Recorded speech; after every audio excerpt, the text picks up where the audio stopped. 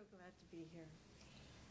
Thought I would share with you one of those hard challenges. Am I set? I would share with you one of my hard challenges to illustrate what I think about emotional intelligence. I didn't know I could be that scared.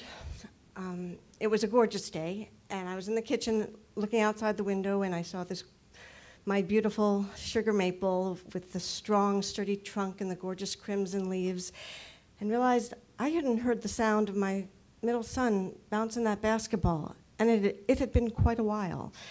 And I was trying to calm myself down, crane my neck a little bit to see if I could see him, and I still couldn't.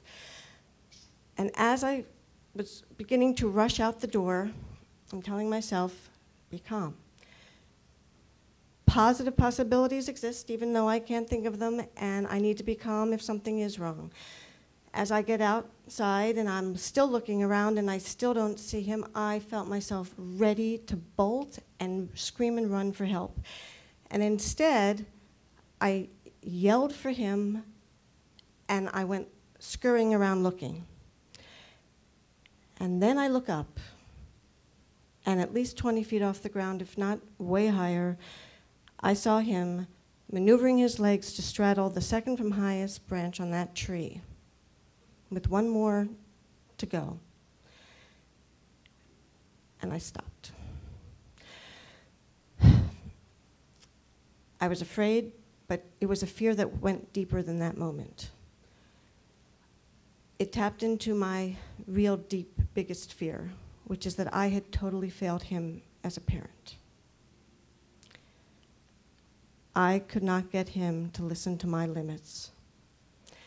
This is a child who experienced the world by testing the outer edges of his limits and his achievements. And he sensed my fear, and he scoffed at it. He felt that it was reason to distrust my judgment, and therefore to discount my authority. Man, is that proof that I was horrible. I failed. So on that day, he was testing not just his abilities and where the edge of that was, he was testing me. He so wanted the reassurance that I got him, that I could see through his lens. And he wanted to be able to trust in me, to trust in him.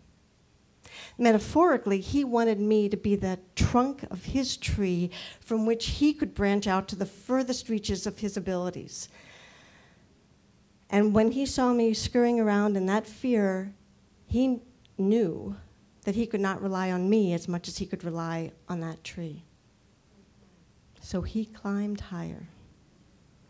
And realizing that my fears had sent him and endangered him, I felt awful. But what if on that day when I was coming out the door, instead I had simply said, "Hey, sweetie, where'd you go?"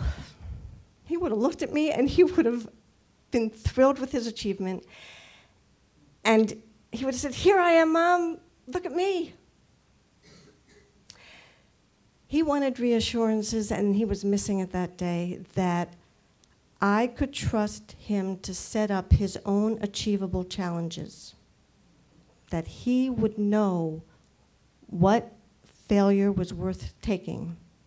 Now, did I believe it that day, seeing him one branch from the higher one, on a branch that, had I not gone out and had he not seen my fear, I knew that fear contributed to him continuing, because I had been screaming and he was still climbing. He hadn't answered or said anything to me.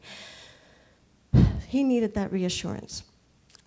There's a doctor named Dr. Carol Dweck, and her research demonstrates that parents' growth mindset has a profoundly positive effect on the young children's growing up to be young adults. A growth mindset views failure as just opportunities to learn the life skills and the knowledge needed to grow well. And its presence in a parent is the strongest factor differentiating between those young adults who view themselves as thriving and resourceful from those who don't. Now, I don't know about you, but having a mindset as a philosophy is one thing. Putting it into practice every day, entirely different story as a parent. And what is needed is an amazing amount of practice. And we get practice every day with all of those things that happen, all of the feelings that come up for us as we're sitting in this room, when we're with our children, we're dealing with our feelings all the time. And practice, frequent repetition, analyzing what it is that's working, getting the support we need for ourselves, from outside, from inside, that internal dialogue as well as the external dialogue. The good news is all of that is something we have control over.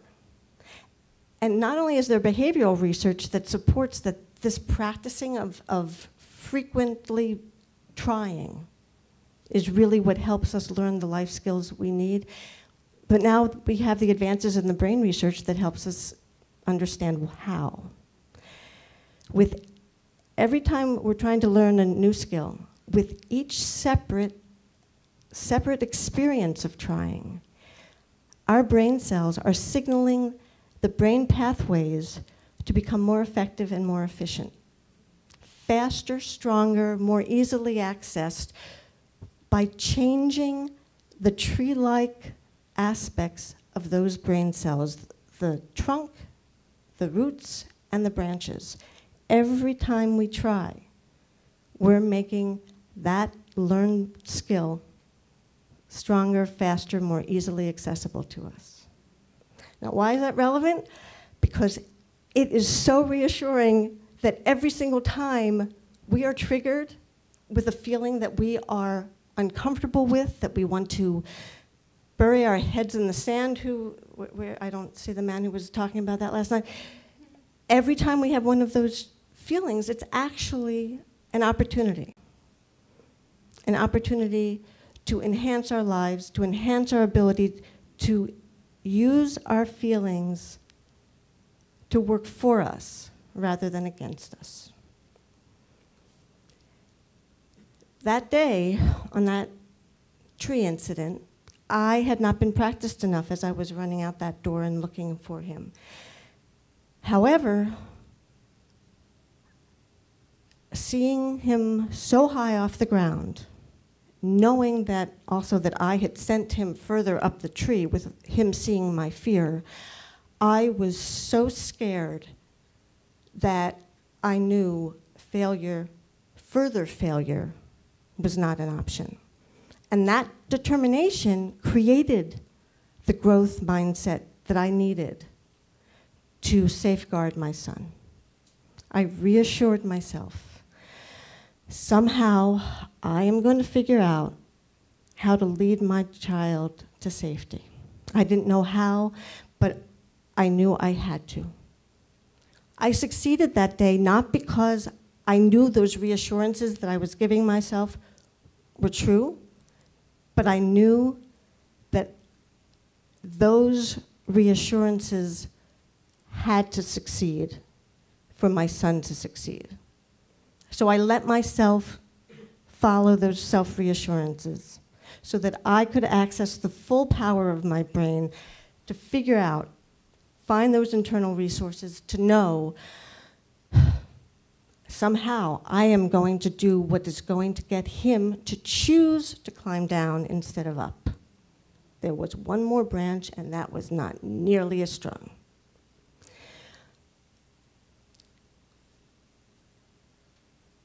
Success happened by me tapping into my love and channeling all of it into communicating confidence that came out in my voice, in my demeanor, in everything about me, and I looked at him and I said, "Look at you." Reassurance plays a role in our growing our emotional intelligence. And we have the power to get the support we need to make it happen. And what I would like to leave with you is that we can ask ourselves, how can I use reassurance in this moment? What does this child need a reassurance about?